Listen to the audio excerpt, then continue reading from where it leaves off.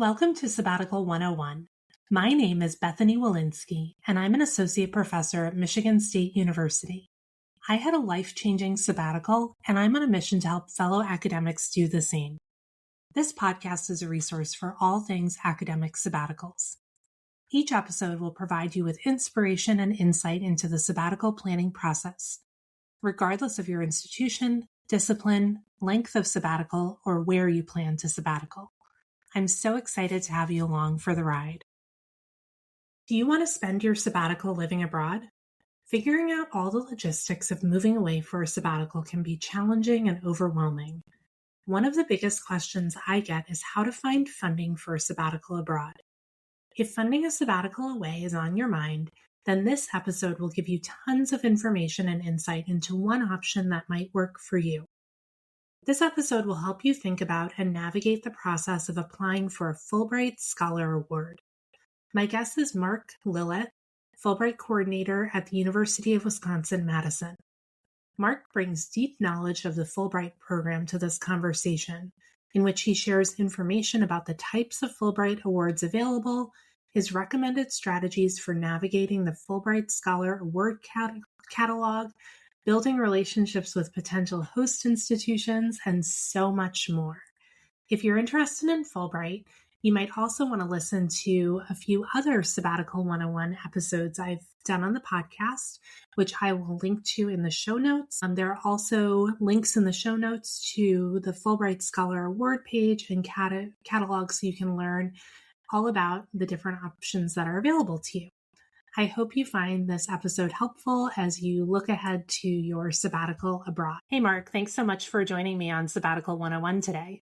It's absolutely my pleasure, Bethany. Nice to see you after all these years. Yeah, so nice to see you. So, Mark, you and I met when I was a student at the University of Wisconsin. You got to stay in Madison, which I'm very envious of because I love Madison. It has a special place in my heart. But now your new role or newish role at Wisconsin is the Fulbright coordinator. And so today I asked you to be on the show so we can talk about all things Fulbright because many of my clients have questions about how to fund their sabbaticals. So I'm really looking forward to picking your brain about Fulbrights and all the things you know about the program now. Before we get started with my questions, do you mind just doing a brief introduction and telling us a little bit about what your role entails as Fulbright coordinator? Yeah, absolutely. So as you mentioned, I'm the Fulbright coordinator here at the University of Wisconsin-Madison. This is a relatively new role here at UW. I think I might be entering my fourth year. And it's not unique, I don't think, but it's one of few roles where I'm working across all the various Fulbright programs, both the outgoing programs and the incoming programs. And that's one of the really important aspects of Fulbright that I'm sure we'll talk about later is that it is an exchange program. It is sending people and it is funding people to go both ways. And so I'm working with our applicant communities here on campus through the Fulbright U.S. Student Program, Fulbright Specialist Program, Fulbright U.S. Scholar Program, as well as working with our incoming communities through the Fulbright Foreign Student Program, Fulbright Visiting Scholar Program, and that whole sort of array of offerings through the Fulbright program more generally. While that coordinating aspect is relatively new, I started working with Fulbright back in 2016. And when our previous Fulbright coordinator here on campus retired, the early focus was on all of the outgoing programs, primarily the U.S. student and the U.S. scholar program. So I've got about 10 years of working with our outgoing applicants. And as you mentioned before then, I was continuing to work in the funding space, focused on a lot of our internal scholarship and fellowship opportunities for both graduate students and faculty. Yeah, great. And that's, I think, how you and I first connected because I had one of those awards that you used to administer, a Scott Clark Jensen fellowship for an internship I did in Ethiopia when I was in grad school. I worked for now no more USAID, and it was such a great experience. Yeah, and one of the few programs that was able to offer that support for internships. And I think that's one of the exciting things about what we were doing then and also what Fulbright offers now in a broader nationwide capacity of funding for a whole range of different options. Yeah, and that's one of the things that I'd love for you to help us think about, just the range of awards that are possible for, here we are talking about scholars from the US who would want to go to another country for a sabbatical or just a leave, right? You can apply for a Fulbright anytime. You don't have to have an upcoming sabbatical necessarily. But I know I applied for a Fulbright for my sabbatical. I ended up withdrawing, but I found it a little overwhelming to figure out which award was right for me because there are different types of awards. And then, every country has its own configuration of, do you need a letter from an institution? Do they already have an institution they want you to work with? Could you give us, if I'm someone who's thinking like, I would love to go somewhere abroad for my sabbatical or for a year of leave, and I'm just kind of starting out. Maybe I don't necessarily know, I don't have an existing collaboration, but I want to explore what's available. What kind of advice would you give us, or how could you help orient someone to the range of what's available from Fulbright? Yeah, absolutely. I think so. I think there's some general points to keep in mind, and then some really sort of specific nuts and bolts that's worthwhile considering. First, as I said earlier, Fulbright itself is a whole array of offerings. And frankly, there is going to be a Fulbright available for you at any point in your career, whether it's in academia or professional life, from coming out of your undergraduate experience to your retirement period. And that's just something I always want people to keep in mind. If now is not the right time, if sabbatical doesn't line up, if you're not able to get that leave, or if some family circumstances come up, 2 years from now, Fulbright's going to be there for you. There are going to be opportunities available, even if you've done a career pivot or are at another institution, things like that. The two awards, though, for probably a lot of your listeners, and that are going to be the primary focus, are the Fulbright Specialist Program and then the Fulbright U.S. Scholar Program. These are both funded out of the Department of State, but they're coordinated by two different organizations. Fulbright U.S. Scholar Program by IIE and the Fulbright Specialist Program by an organization called World Learning. Fulbright Specialist is something that is actually getting a lot more traction here and interest here on our campus because that's the short-term opportunities. And so Fulbright Specialist opportunities are 2 to 6 weeks long. You don't apply for specific opportunities during the application process, and it is not something that's meant to support your research or teaching.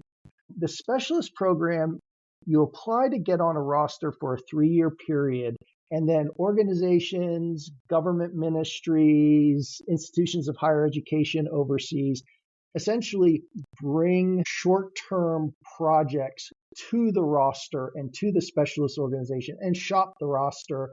And as a specialist, you're able to also review those opportunities and put yourself forward as, hey, I would like to go on this program.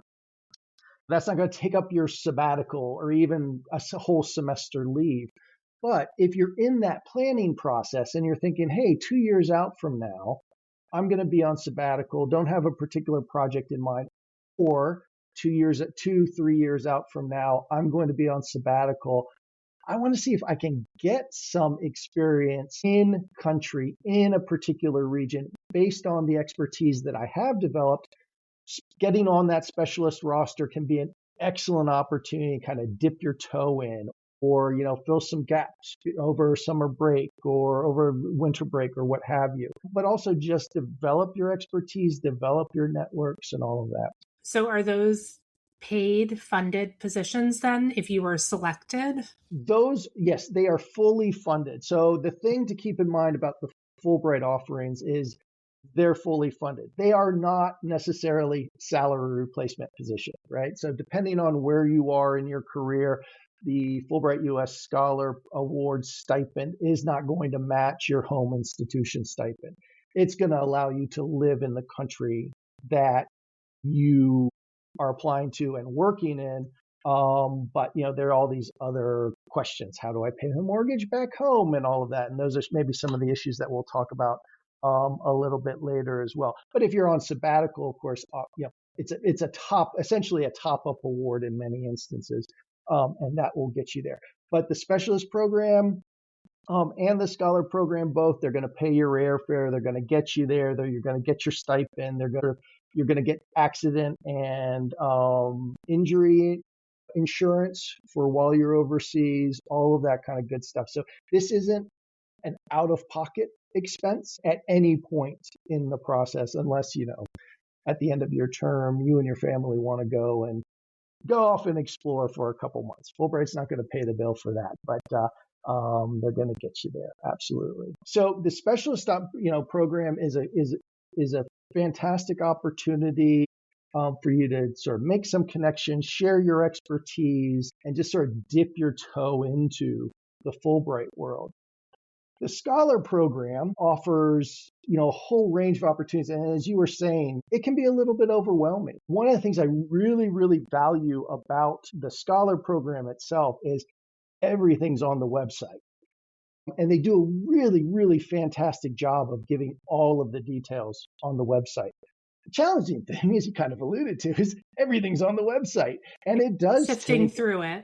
Absolutely. What's really important? What do I have to be thinking about now? What does all of this stuff mean? And that can be challenging. And it's something that after 10, I feel like I've kind of got a good handle on how to navigate all of that. Do I remember all of it? Absolutely not. Am I constantly sort of refreshing myself? And things change year to year as well. And to touch on the question that you asked about, sort of like, how do I get a handle on this? Kind of the classic general answer to almost any Fulbright question is, it depends. Do I need French? Do I need Spanish? Do I need Kazakh? Well, it depends. It depends on the work that you're proposing to do. It depends on the country that you're going to, and all of those different factors that go into it. One of the things that I always really encourage, people that I work with at all levels to do is really focus on what is it that you want to accomplish during your Fulbright term, right? So you're sort of mapping out and thinking about, okay, I've got a sabbatical coming up. It's going to be it's going to be 12 months, or it's going to be, I want to do 6 months overseas, 6 months back here working on a manuscript. What does that 6 months look like? Where do you want to go? What makes sense for you? Come up with some project ideas and then kind of back into the award catalog online, and then start asking those questions. Precisely because, as you kind of alluded to, you dive into the award catalog, you're going to start seeing things popping up here and there. It's like, oh, I hadn't thought about that, and all that.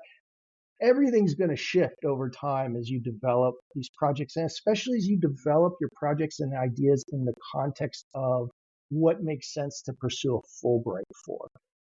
But to have a good, strong core of an idea or a couple ideas going in is, I oftentimes see as giving enough structure to kind of tame that kind of creep as you go into the award catalog there. I tell a lot of people, you can't do anything anywhere on a Fulbright, but you can do just about anything somewhere on a Fulbright. And so and I wouldn't want people to, I encourage people to kind of look at the full scope of what they're hoping to accomplish. A Fulbright can really be useful in supporting a career pivot. Let's say, you're a political scientist, you've been working primarily on post-war reconstruction in the Balkans, and you have, through personal interests, some contacts, going to some conferences, you are looking at maybe doing a shift to a new regional interest, whether it's sub-Saharan Africa, maybe Central Africa, Congo, what have you, or Latin America or something. Fulbright can help you make that pivot Fulbright, and even without those on the ground connections, that long track record. But it's important that you, as a potential applicant, kind of bring that idea to the catalog, because the award listings for Rwanda in the 2027-2028 award catalog, which is about to open, isn't going to say, we welcome applicants with experience in the Balkans or in Latin America or, what have you. But what they are going to say is they're going to say, we're open to all disciplines. We need people with intermediate French fluency, prefer people with, Kinyarwanda language experience, whatever it might be. The other thing is that in then taking ideas to the catalog, and depending on when you bring them to the catalog and sort of start doing the search, you can then start to understand, okay, what are the next steps for me to develop this idea to a point where it might be Fulbright, fundable. So you dive into that Rwanda award listing from the last award cycle, and you see that they say, oh, a letter of invitation is required. What's a letter of invitation? What do I have to do to get that? And that's going to, then you've got something very specific, essentially the kind of a thread to tug on to begin to tease that out. Okay, what does that mean? Well, what a letter of invitation means is essentially you've got somebody in country that you are going to be connecting, working with, what have you. And that invitation is going to look very, very different depending on the scope of the work that you are doing. Someone who is perhaps proposing a Fulbright to conduct biotech research in a lab in South Africa, what that letter of invitation is going to encompass and lay out is going to be very, very different from someone who is doing, say, community-based performance research in Oaxaca. Who is my connection going to be? Well, for the South African, it's going to be someone who's got actual lab equipment and a lab for you to work in. For the community-based performance, it might be community organization, executive directors of community organizations, maybe a colleague at a nearby institution who would be able to unlock communities that you're able to connect with. And you can't really answer any of those questions without bringing a certain sort of foundational baseline idea. It doesn't have to be fully formed, but it has to be something that you can start with and then and in that regard, at least, the award descriptions can be really handy in helping give direction to developing those ideas. Whether you use them for Fulbright or a professional development grant on campus otherwise, or a whole other award down the line. Yeah. Yeah. And I think this question about letter of invitation and how do I connect with an institution, I also see that as you need the thing, you need the letter, but you're also initiating a conversation with a potential collaborator, right? And a potential host. I applied for Fulbright in Tanzania, and in Tanzania, there is actually a list of universities that you can choose from to partner with. So that narrowed things, right? And so then I was kind of thinking about, well, where do I have my connections already? What would make sense? And I thought about a project, but then I wanted to approach this department and say, is this something you would be interested in? And, are you even open to talking about this? And what would you want from me? What can I contribute? Because the other thing that I've been thinking about is we've talked a lot about research, but there are research and teaching awards, and then there are teaching awards. So maybe say a little bit about that and how that shapes sort of the conversation or the thought process someone might have as they approach connecting with an institution or a department about a Fulbright potentially. Yeah, yep. And there are also arts awards, professional project awards. And to go back to the very start, sort of my emphasis on Fulbright as an exchange program. Part of your application, as you know, is not only the project statement, what are you doing, but then you're going to be talking about your cultural preparation and why this particular country and where does this fit in my career trajectory. And that is one of the really valuable things about Fulbright and preparing a Fulbright application.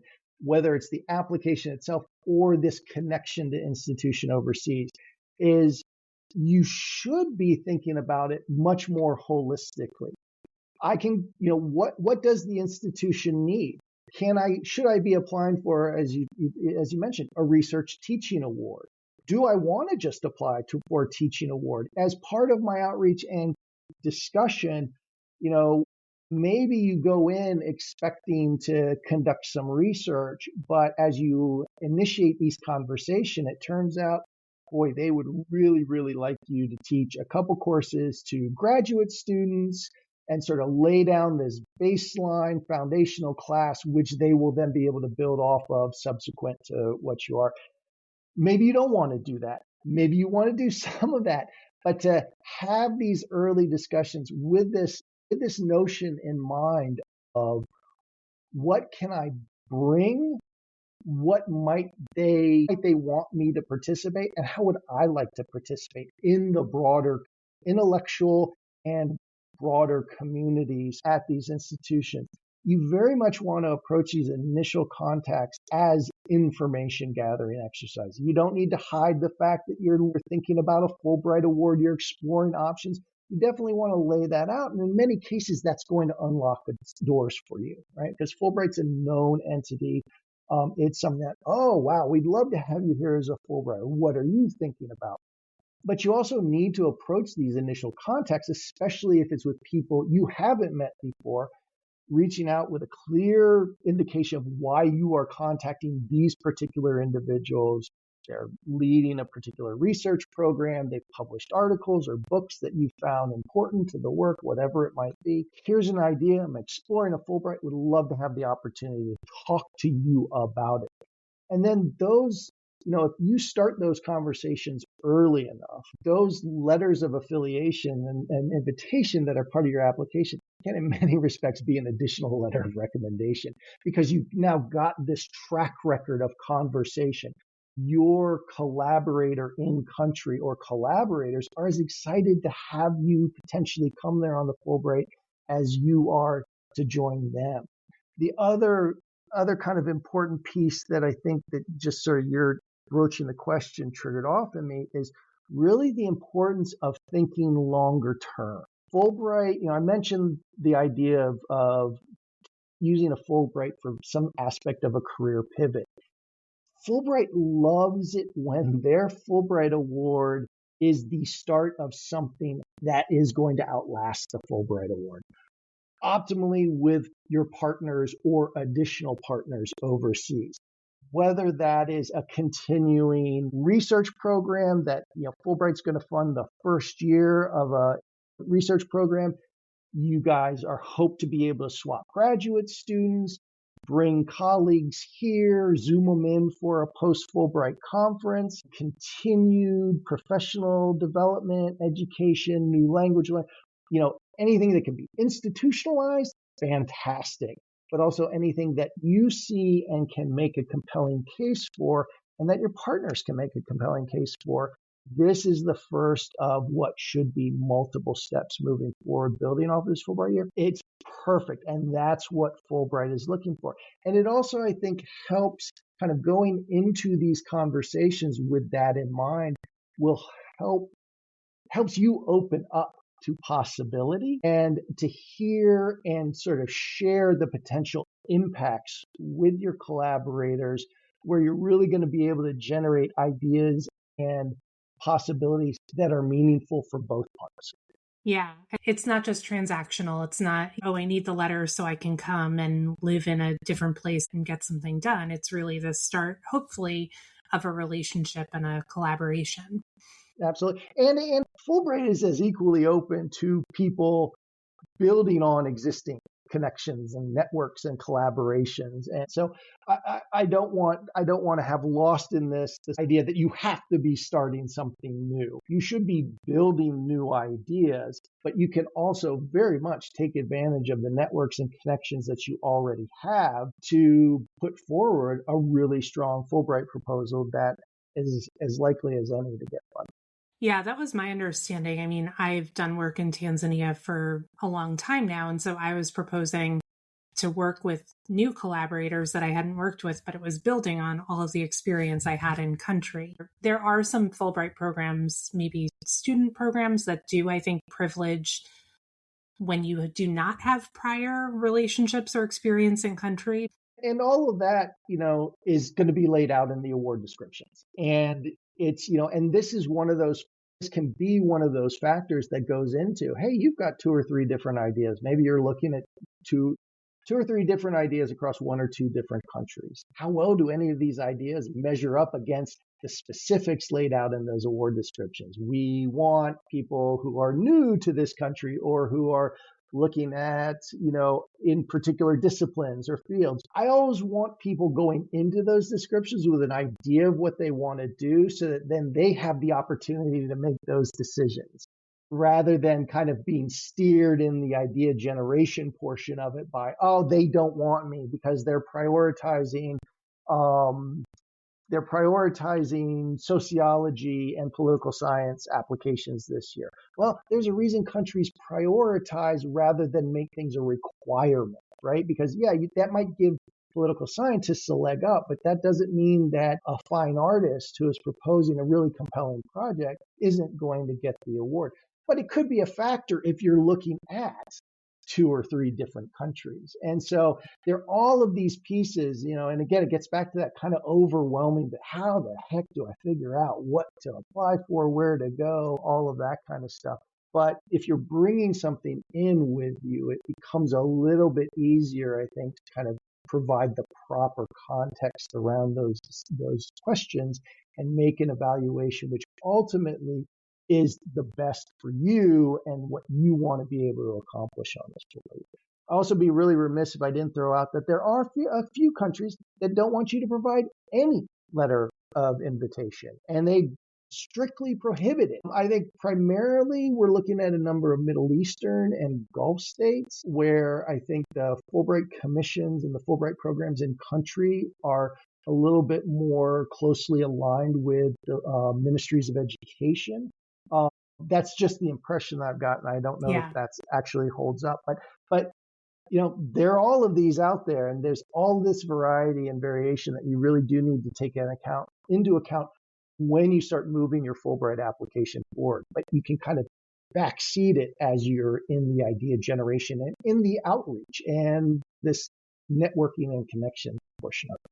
Yeah, the other thing that I'll add to that, and then I want to talk about the timeline, is I know that there are some countries that have very specific, like I interviewed someone who had a Fulbright in Uruguay and she works on tick-borne diseases. And I think there's like one Fulbright each year in Uruguay, and they already have a very specific project that they've identified. Could you talk for a minute about those kinds of opportunities? Yeah, absolutely. So there are a number of different types of awards within the Scholar Awards. There's what's basically the All Disciplines Awards. And most countries have anywhere from one to some multiple of all discipline awards. They might have prioritizations or preferences year to year in terms of fields of study. All of that shift can and often does shift and change year to year. But those are the applicant pools into which everybody can apply. What you were talking about there towards the end are what are called named awards. These are oftentimes awards that are connected either with specific institutions in the country, specific fields, or specific fields at specific institutions in the country. So they might be looking for a military historian to teach at a particular institution in Kosovo. They might be looking for computer scientists to conduct research at a range of 3 or 4 different Finnish institutions. And there might be one total award within that. There might be 3 total awards within that. The guidance Fulbright offers, and it makes sense, is apply for the narrowestly defined award that your work fits into. So if you are approaching a country and they've got 2 or 3 named awards and then an all discipline award, and your work narrowly defined fits into one of those named awards, the preferences, priorities, and requirements of that named award, go for that named award because they're automatically shrinking that applicant pool. And so you're going to be competing against other chemists who have an interest in biotechnology or something like that.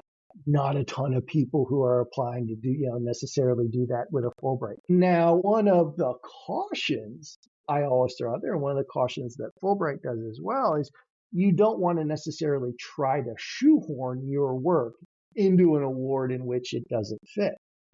Then you're just lowering your chances altogether. But what you can do is you can think about, okay, I have this broader project. And since Fulbright awards often, depending on the length of the award, maybe the one of these awards that you're looking at is only 4 months long. Well, I have this broader project, but this one portion of my project actually does line up well with the named award and is a good fit for a 4-month research term overseas.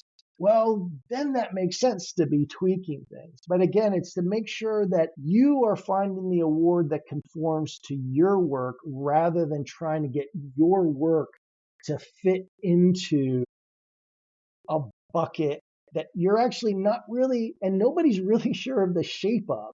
And this is the thing about the Fulbright Awards is once the requirements are met, you can make a compelling case for anything, even if you don't line up with certain preferences or priorities. And so you don't know how they're going to be evaluated necessarily. And so it's really important that you are putting forward the strongest project, the strongest sort of supporting documentation about the reasons why you're interested in working and living and extending your time and connections within this particular country, why it's a good fit for this stage of your career, all of that kind of good stuff. And again, like I said, make sure that you find the award that fits that rather than try to sort of shoehorn yourself into something that doesn't quite fit and isn't quite comfortable because, well, we think it might be more competitive. Frankly, nobody knows. The Fulbright Scholar Program locks down all of their data. So unlike the Fulbright US Student Program, where all the numbers are out there and publicly accessible, we don't know how many applications there are year to year on the Scholar Program. We don't know how many applications any particular country, any particular screening committee in the United States is looking at. They don't publish that. So we've got no way of knowing, which is a pain in the butt for me when I'm reaching out to faculty are reaching into me and saying, how competitive is this? And I'm like, I can't tell You you. don't really know. Don't know. But it's also from my perspective, from sort of the philosophical approach I take to this. I really like it because it's like, you just got to do your best. You got to make sure you find the thing that works best for you and the work that you want to accomplish, rather than playing a numbers game where, there were 5 applicants for 3 positions last year. I got a good shot at that. Well, when it comes to that, everyone else would be seeing those numbers too. And everyone else would be thinking, there are 5 applicants for 3 positions. And then you see this in the Fulbright US Student Program numbers.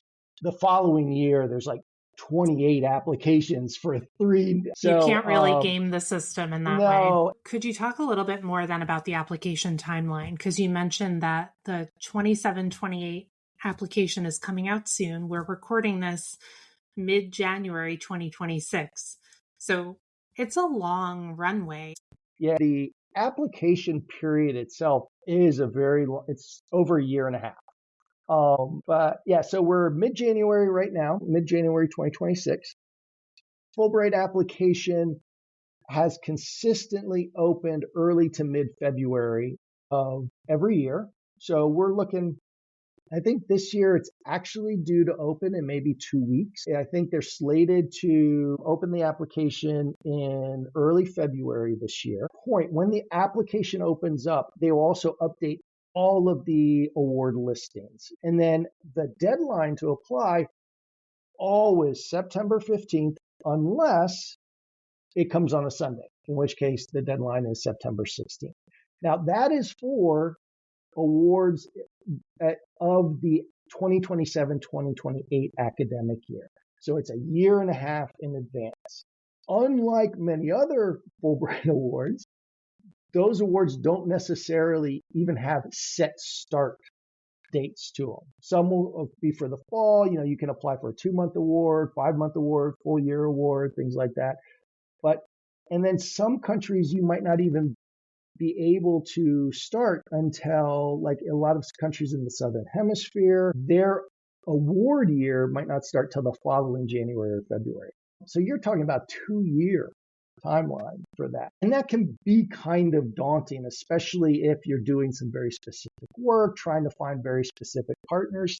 And one of the things that you have to, as an applicant, you have to make sure that you kind of have a handle on is don't become overly concerned about details, particulars shifting over that year and a half in between, or even just that year from when you submit your application to when you might actually start the award. Fulbright is very flexible. Commissions and posts are aware that you are you're starting your application at least a year and a half in advance. Things are going to change, especially if it's part of an active ongoing research program that you're running. Once that award starts, some of those research questions may be moot at that point. That's okay.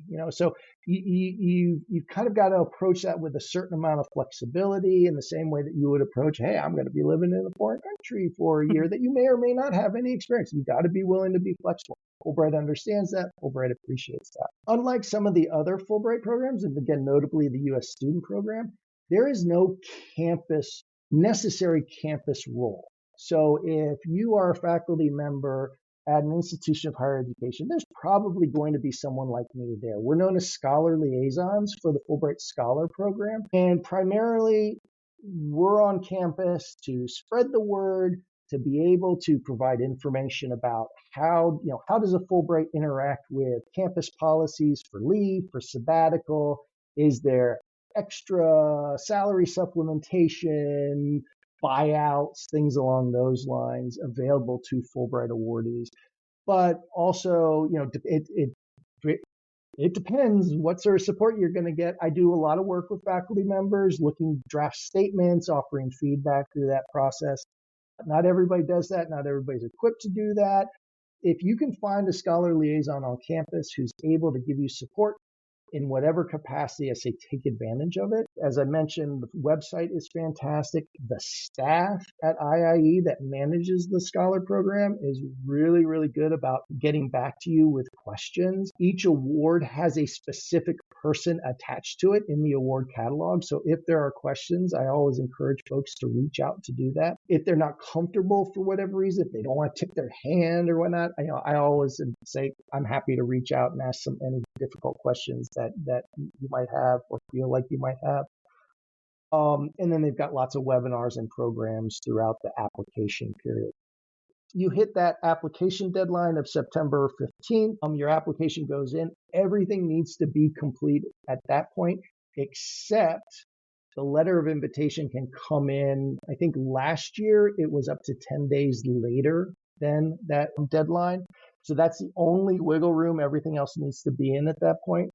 And then initial reviews happen here in the United States with US-based academics who are split up by discipline. They can't necessarily do a one-to-one match with everybody who's coming into it, but they try to get as close as possible. And I think there's something on the order of 100 different review committees that they have. So you're going to get people who have expertise pretty close, or at least expertise adjacent to the work that you're proposing to do.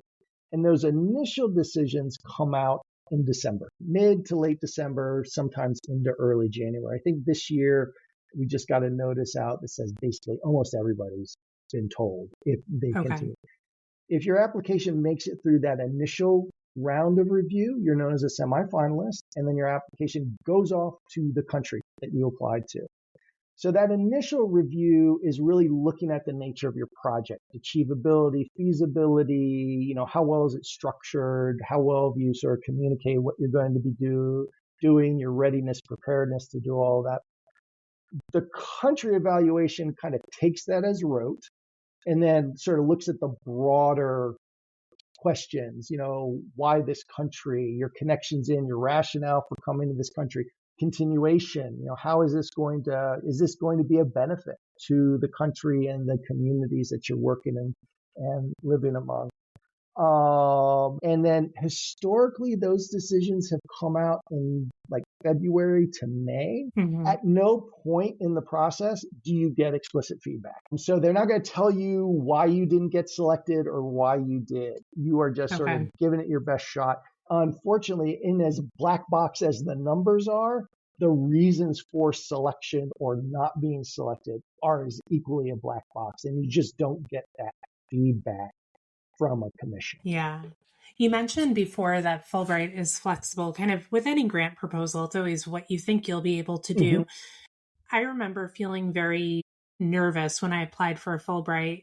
I mean, I was a semifinalist, but thinking that I've proposed to live in Tanzania starting in August. What if you don't find out? That's a quick turnaround potentially between June to when you've proposed to go.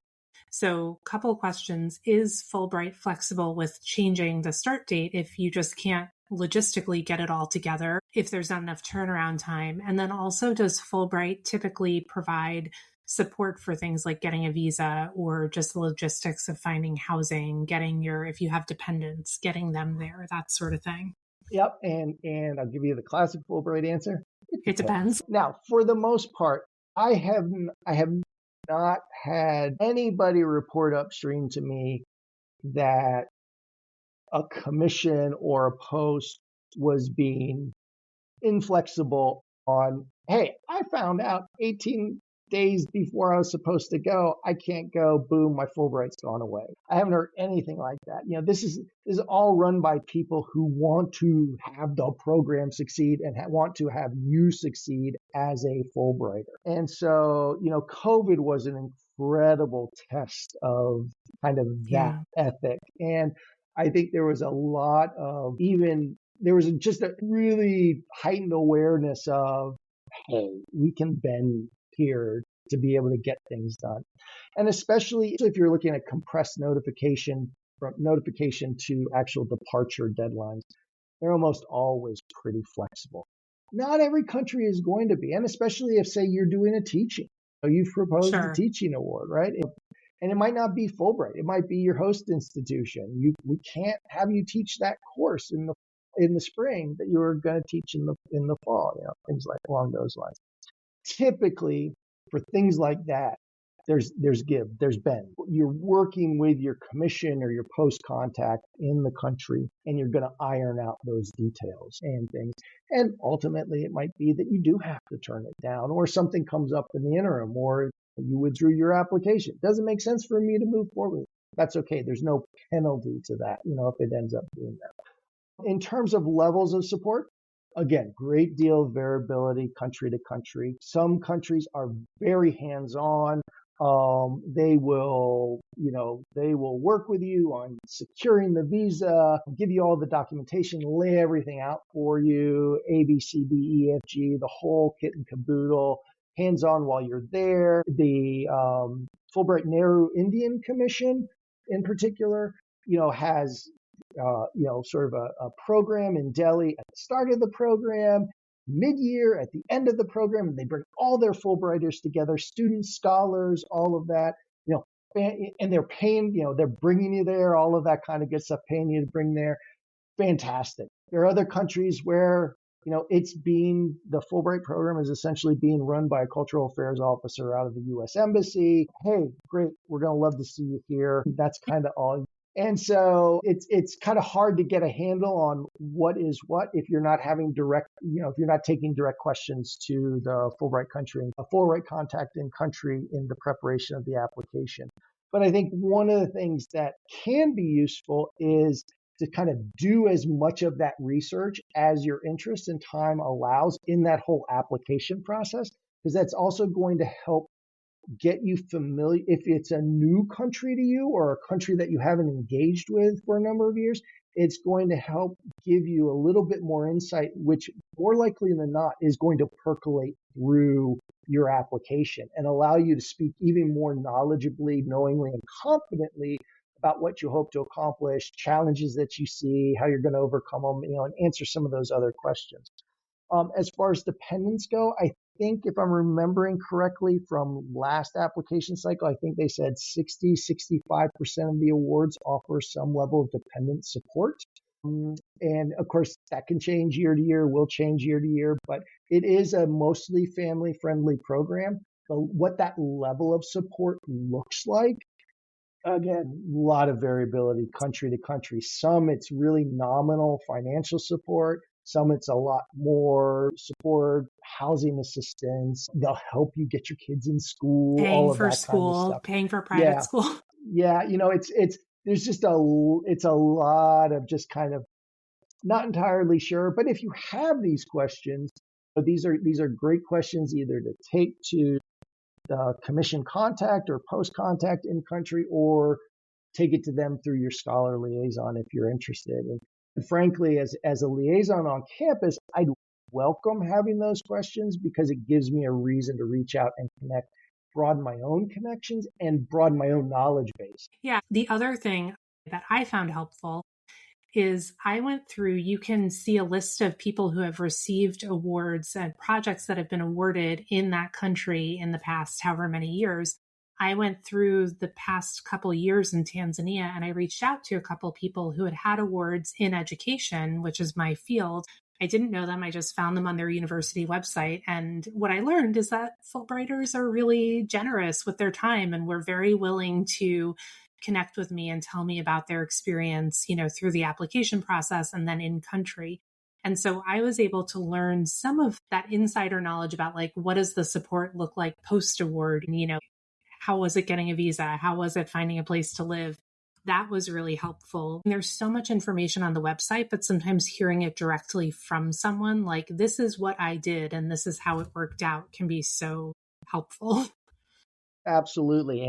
And those directories for essentially all of the Fulbright Awards are publicly accessible on the website. And they have those filter capabilities. So you can limit it to one country, multiple countries, specific fields. It can also be handy if you know, you've got questions about what's going on campus to sort for who's gotten a Fulbright Award in the last couple of years from MSU, from UW-Madison, from Marist, wherever you might be, and to then ask them, how did you approach your chair, your dean? At what point? I'm not seeing anything specific in terms of support for Fulbrighters, only sabbatical support. Is there something out there that I'm missing?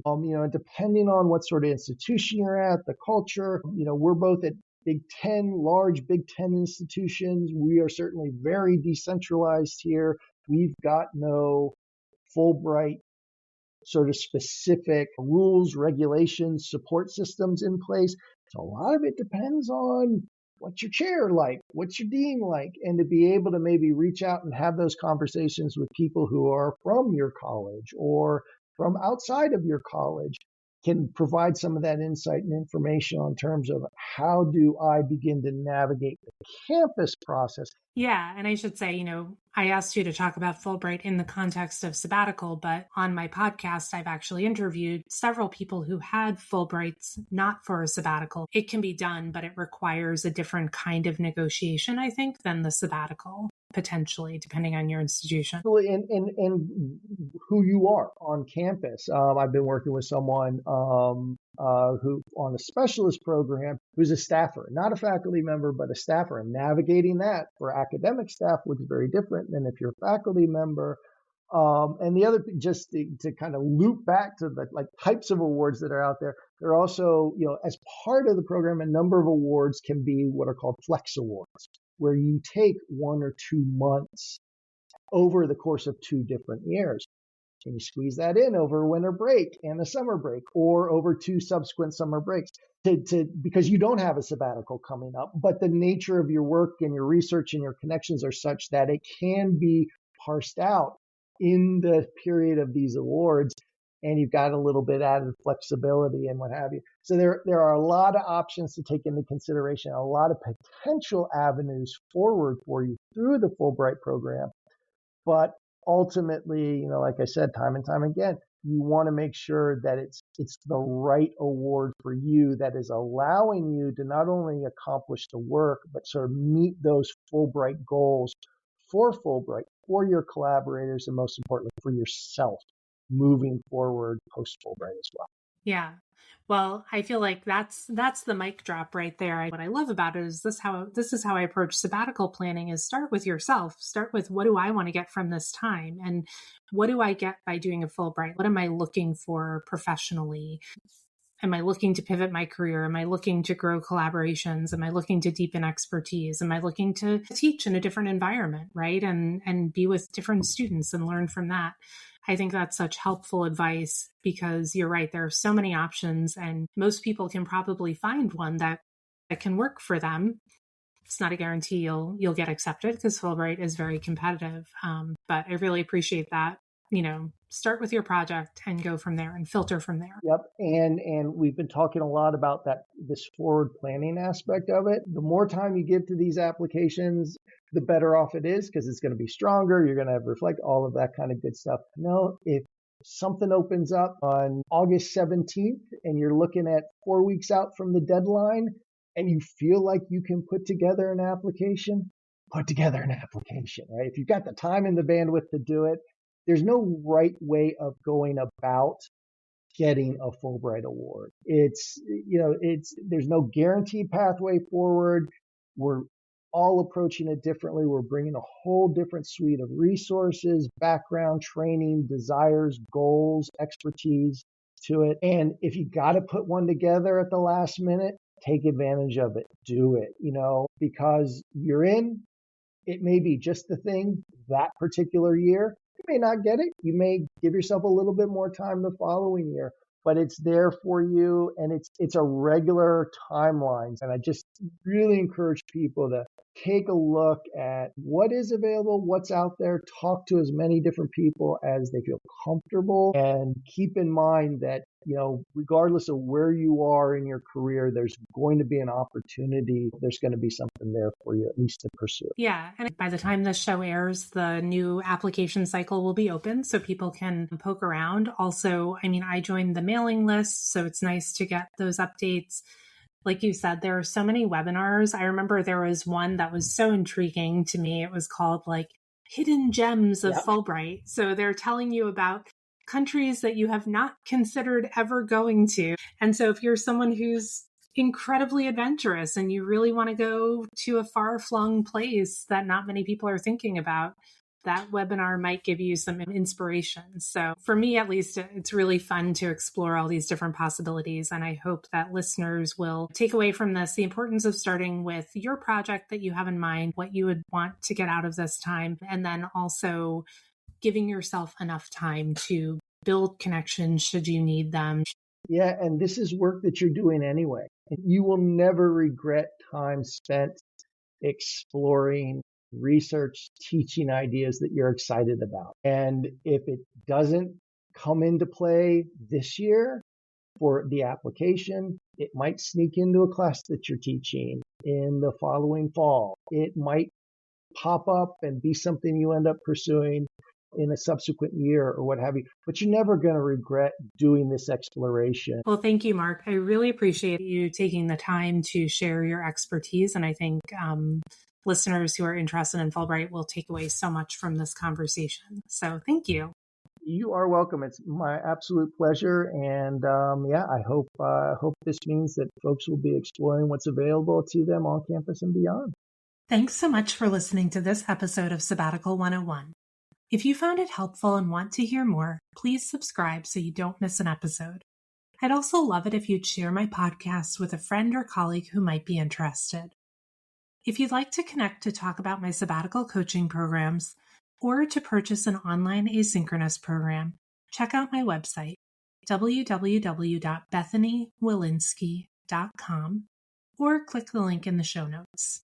You can also check out my blog, free resources, and subscribe to my monthly Sabbatical Insights newsletter. Until next time, here's to life-changing sabbaticals.